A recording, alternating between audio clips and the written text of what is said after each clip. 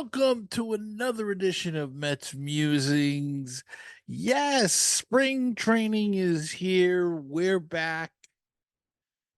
Baseball games have started. In fact, the Mets are playing as I record this, not doing so well. 8-2, they're losing to the Cardinals in the first game of the preseason.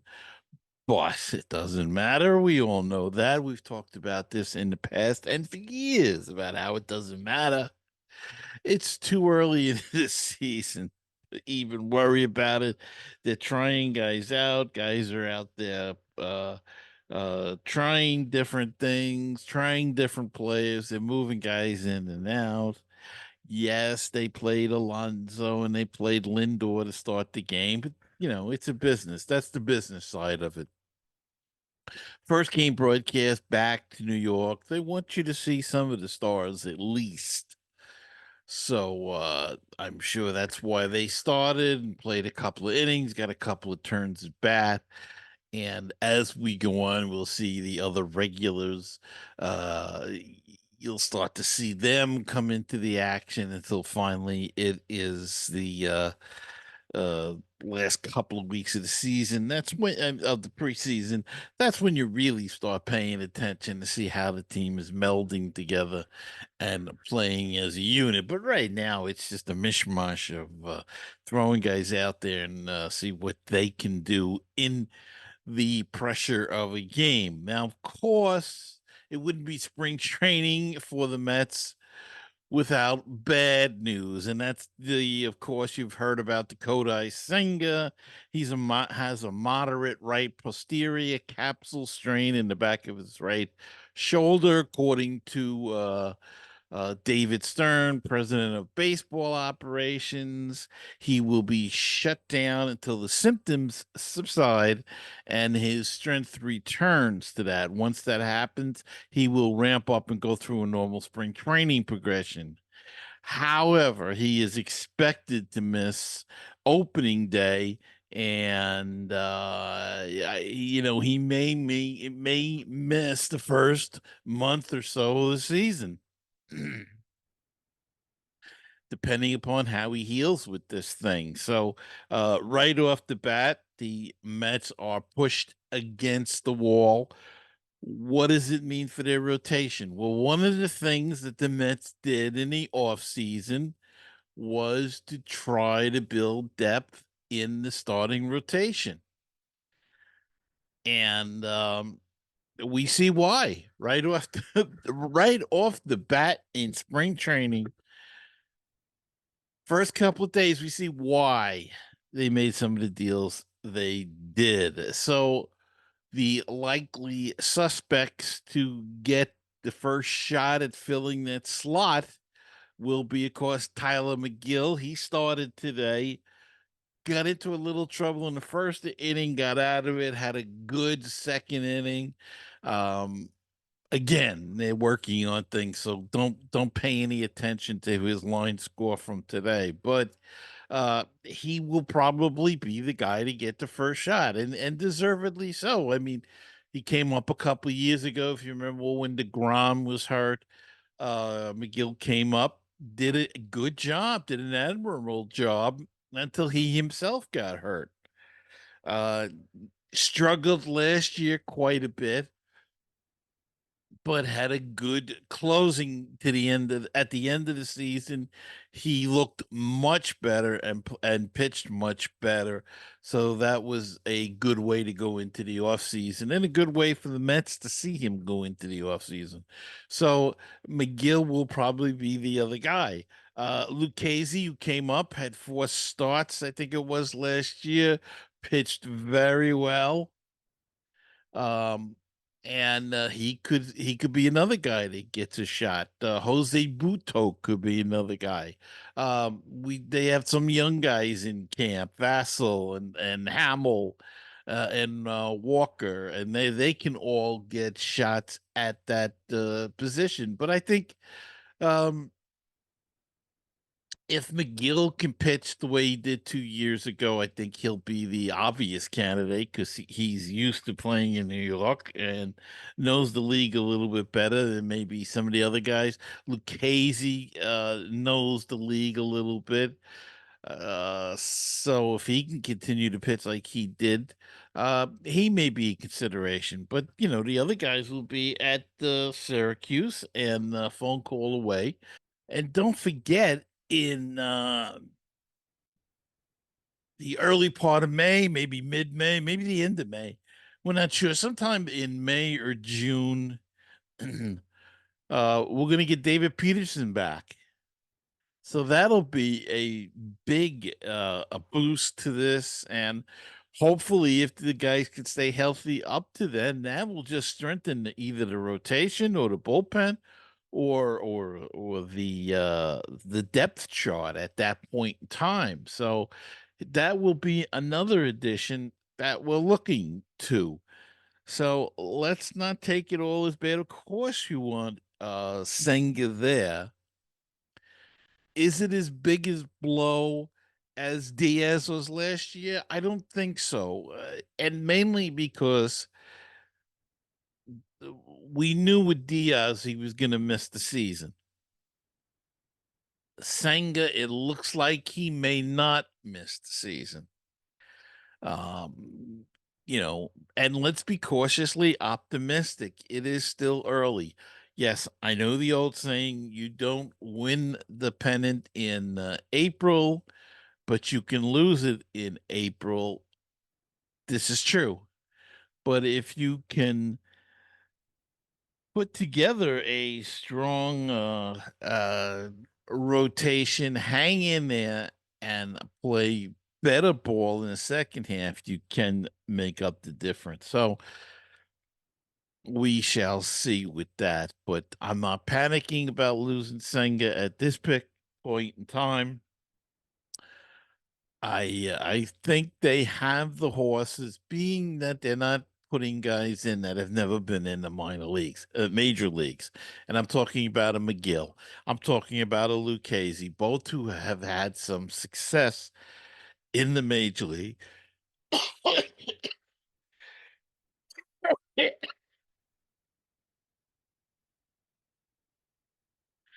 So I am not worried at this particular point in time about losing Senga.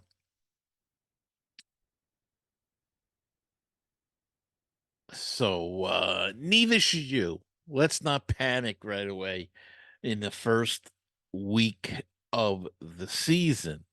Now, the Mets did make some extra signings, but they're not pitches. They signed Ben Gamel and G-Man Choi, another first baseman, another outfield. And interestingly enough, with the first baseman, they're also signing Luke Voigt, who could be a DH slash first baseman type. Same thing with G-Man Choi. Um, Ben Gamel could just be a veteran uh another depth chart guy for the outfield, because that the outfield is there's some questions with Starling Marte. So and Stewart, whether Stewart can perform as well. I think Stewart worked on his defense. I think he's going to be pretty good if he continues to hit like he did last year. He could be a big surprise, but we'll see as the time goes on.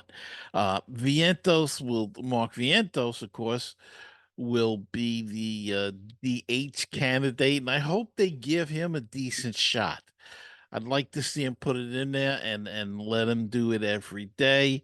Um, Great interview with him today. He is 24 now. The guy's only 24.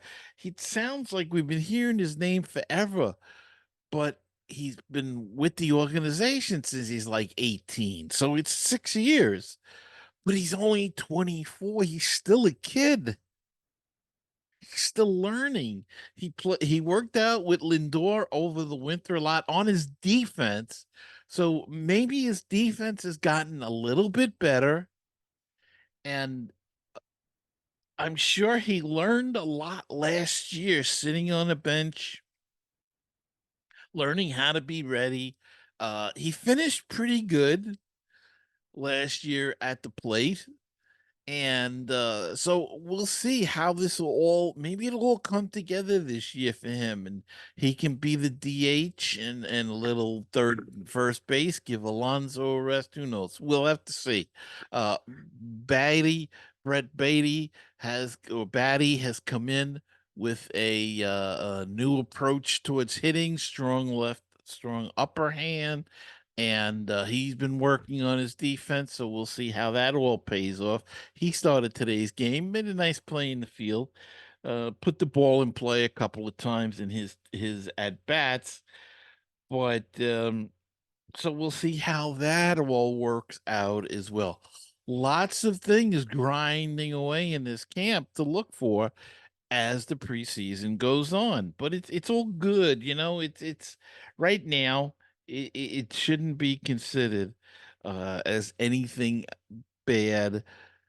They have more depth, and we've talked about depth ad nauseum in the last couple of years, but this year they seem to have, I don't know if you going in the right track. We'll see. You never know until the injuries come and how the guys perform. We thought they were in good shape last year. Injuries came.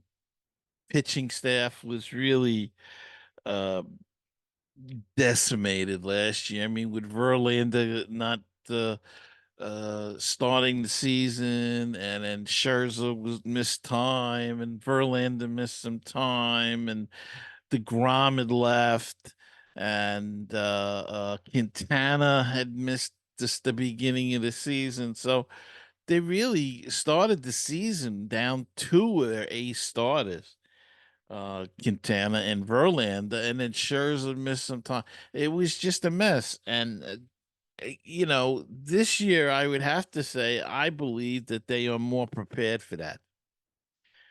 And we'll see. And one of the reasons was some of the guys that they called up that struggled last year got more time in the major leagues. That experience is very helpful. Very helpful. So now they've got some idea of what they're doing here, what happens here in the big show, and you know how to deal with it all. So it only can be positive for the future. And they realize they want to stay here, which is another big thing. So let's uh uh let's hope that they all somebody can come through and really fill that slot of Senga, because look, it's only going to be good um if McGill comes in and pitches well, and Lucchese pitches well, and Abudo pitches well. Maybe they go to a six-man rotation. Maybe the way to go with this staff, especially with Senga there now with an injury, and you know, the workload in Japan is a lot less. So perhaps they need to go to a six man. If that's the case, you know, better to have these guys available. And if they're pitching well, and again, with Peterson coming back, it's a win-win as far as I'm concerned. They have to deliver. It's the same anywhere. The other big question, of course, is the bullpen. Now they've stocked with a lot of arms. I know they're mid-length, middle of the road type of guys, but those are the guys that come through sometime. And bullpen are a finicky thing to figure out. I mean, bullpens can be great one year, same personnel, and next year they absolutely stink. Did the guys lose all their talent over the winter? No, it's just it's just the game. You know, you're hitting well, and then you can't hit the side of a barn. You're pitching well, and then everything's breaking to the outside, or you're just missing the plate. We've seen it so many times that it's nothing new. But hopefully, this will be a bullpen that gels, and if it's used better than it was last year, and that's not a knock on Buck Showalter. He had no choice. I mean, he had starters that were getting knocked out in the second, third, fourth inning and had to go to the bullpen. And a lot of these guys just got overused and got exposed later as the season rolled along. So um watch the games early on here. Don't be concerned. Watch some of the young guys. Acuna is playing today. um, we saw him. I don't think Jet Williams got into the game yet, but keep an eye on him. He's another one if he gets into some of these TV games that you want to watch. He's going to be a good player, I believe. So you want to see that. Luke Voigt is up now, so he's getting a time at bat. So just sit back and watch some of these young guys and see what kind of talent that they look like. They got Alex Ramirez was up and before, and just enjoy it. Just enjoy having the game back, and try to picture yourself in the nice sunny weather when we're cold and snowy or whatever happens the rest of the winter up here in the Northeast. All right, let's take a break and be back right after this. Baseball and BBQ, your place for interesting baseball talk, opinions, and history. Baseball and BBQ, your place for barbecue recipes, tips, and interviews from the world of barbecue. If you like baseball and if you like barbecue, then tune in to Baseball and BBQ.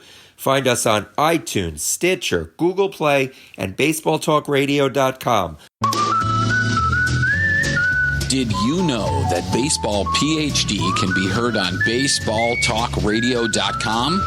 Our shows rotate with other top baseball podcasts. Now don't forget, that's BaseballTalkRadio.com. With us, we'll help you get a PhD in life through baseball. With BaseballTalkRadio.com, you'll hear the rest of the excellent universe of baseball podcasts. And we are back. And I kind of like, didn't see a lot of strikeouts so far in this game for the Mets. If I've been in and out of the game, so I may have missed some, but it looks like at least they make a contact. And, new hitting coach or new old hitting coach, however you want to say it. But seem to be making more contact. I could be wrong. Like I said, I've been in and out of the game doing other things that I have to get done. But put the bat on the ball. We've been saying that for years. Okay, other news. Steve Cohen says that he wants Pete Alonso back here. He wants him to be a Met, and if he wants it, he's the owner. I think they will get it done. You have to wonder about some of the moves that David Stern made, especially recently with Luke Voigt and G-Man Choi, and their acquisition could be for two two reasons. The one reason is to try to strengthen the DH position, more competition for Vientos, but uh, you know, um, that could be one reason. The other reason could be insurance if they lose Alonso, or if it doesn't look they can sign Alonso. Um, maybe you have these other guys waiting in the wings. Now, I think they're only signed for 1 year, so uh but that could be a transition if they decided to. They didn't think they could sign Alonso, that they could trade him mid-season and try to sign him next year back as a free agent. Don't forget, you can do that. So sometimes that works out nicely because you trade him and get some good prospects, maybe a major league player thrown in there that'll help the team now, and then you sign him back. So that's not guaranteed that you can do it, but you never know. And the thing is, with the Mets, they've got the money, they've got the cash. Interestingly enough, though, if you look at there are still some big names that have not been signed out there. A couple of big name pitchers. Now, even with the loss of Senga, the Mets are not going to dip into the high end of the free agent market. They just don't want to spend that kind of money. And especially with the possibility that they're going to have to send that kind of high end money on Alonso, you don't want to spend it on a pitcher at this particular point. Now, maybe if the prices come down, like Blake Snell, Jordan Montgomery's still out there, Cody Bellinger's still out there. Maybe if their prices come down, maybe you take a look at them. I certainly would. It would not hurt at all. Uh, Even a guy like Bellinger, if you signed a guy like Bellinger, he could play center field and first base. So you could put him in center field. If Marte struggles, you could put Bader over in right. You have Stewart in right, platooning. You have Marte. Um, Anywhere, any numerous ways to go, and but interestingly enough, the four of the guys that remain unsigned, top free agents, are Scott Boris's clients. So, is there a thing against Scott Boris that the teams aren't rushing to sign his clients? So, Pete Alonso is a Scott Boris client. I guess that's my point. Are teams going to hold out on him? Is he going to hold out? Is he going to want to hold out, or is he going to take maybe a little less money, but reasonably fair money, but less than he thinks he should get? I don't know. It's all speculation at this point.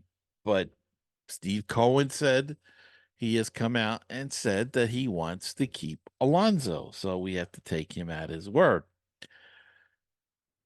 Uh, and his word is pretty good, especially with his wallet behind it. So, uh, he's a Met fan. He wants to win. He wants to keep these guys, but it is a business as well, and you have to consider. You don't want to. I don't think a guy like Alonso should get a 10-year contract. Maybe a 6-year contract in a 240, 220 range, something like that. Even 180 maybe, but I wouldn't go past 5 or 6 years. I just wouldn't. He's gonna be 30. He'll be 35. Big guys are tough when they get, they're more susceptible to pulls and injury uh than a little guy. So, and his whole game is power. If he loses power, especially after hitting 212, that was a big thing last year. Him hitting 212, that really, ooh, that hurts because yes, the power was there, but what up the tail end of the contract, he loses power. He's not hitting, he gets warning track power. Got a lot of money out there. So but they do want to keep him, and we'll see how that all shakes out as the season goes on. Okay, February 27th to 28th, Daniel Murphy is going to be back in with the Mets.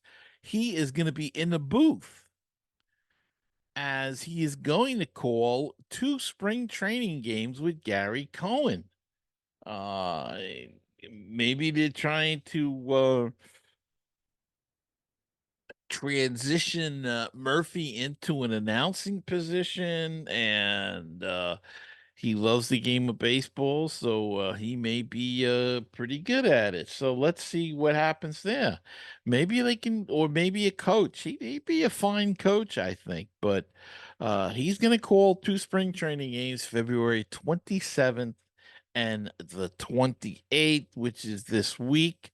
I think it's Tuesday is the first one, and that's at 1 p.m. Then 28th obviously would be Wednesday. So tune in to SNY if you can, and take a listen to Daniel Murphy as he makes his broadcasting debut. All right, that's going to wrap it up for this week's show. I think we covered everything. Current score is 10-4. Doesn't matter, folks. First game, and but we're getting to see a number of players, which is good. Josh Walker did some pitching. Nate Lavender's in now.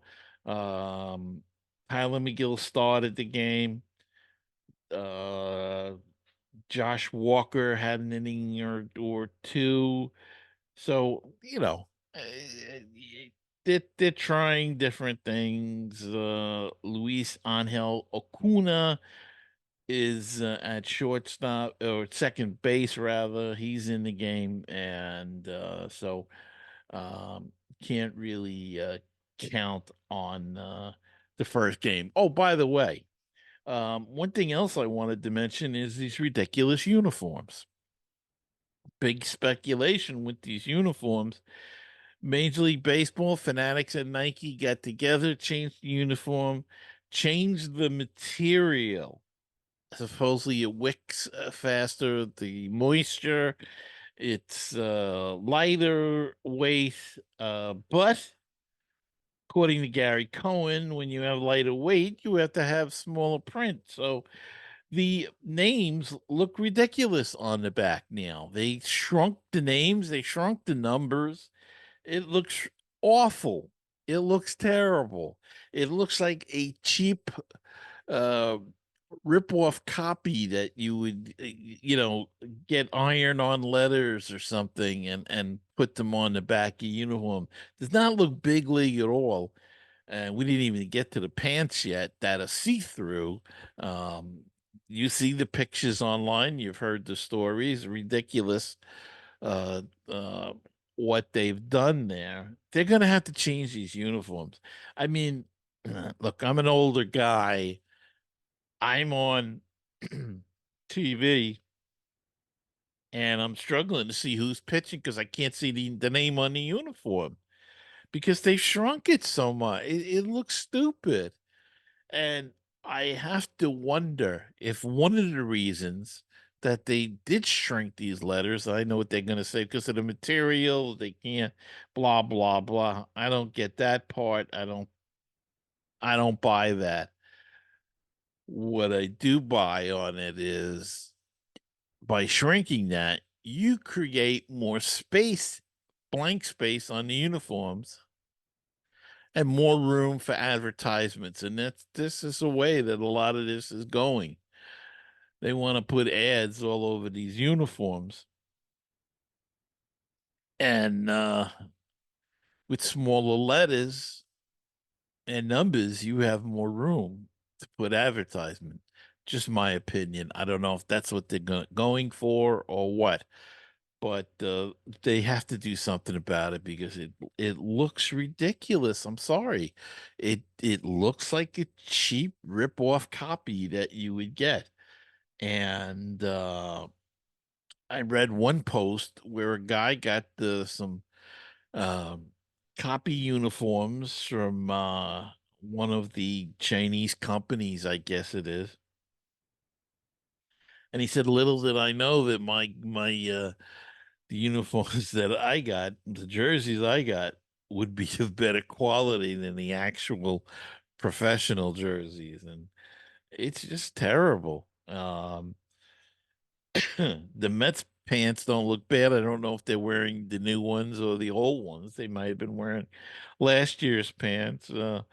But the jerseys with the small names and the numbers are smaller, it just doesn't work. If you're at the ballpark and you want to see who's playing, part of the idea was to identify the players so you know who it was. You can't do that now unless you've got exceptional eyesight. So, uh, just another thing that I wanted to get into this show. Okay, that's going to wrap it up for this week. We will try to be more um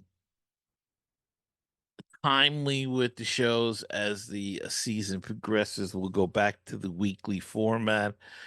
I think we may keep it at every other week now, but that's why it becomes very important for you to subscribe on YouTube or on your regular podcast, your audio podcast, so you'll always know when another edition of Mets Musings comes out.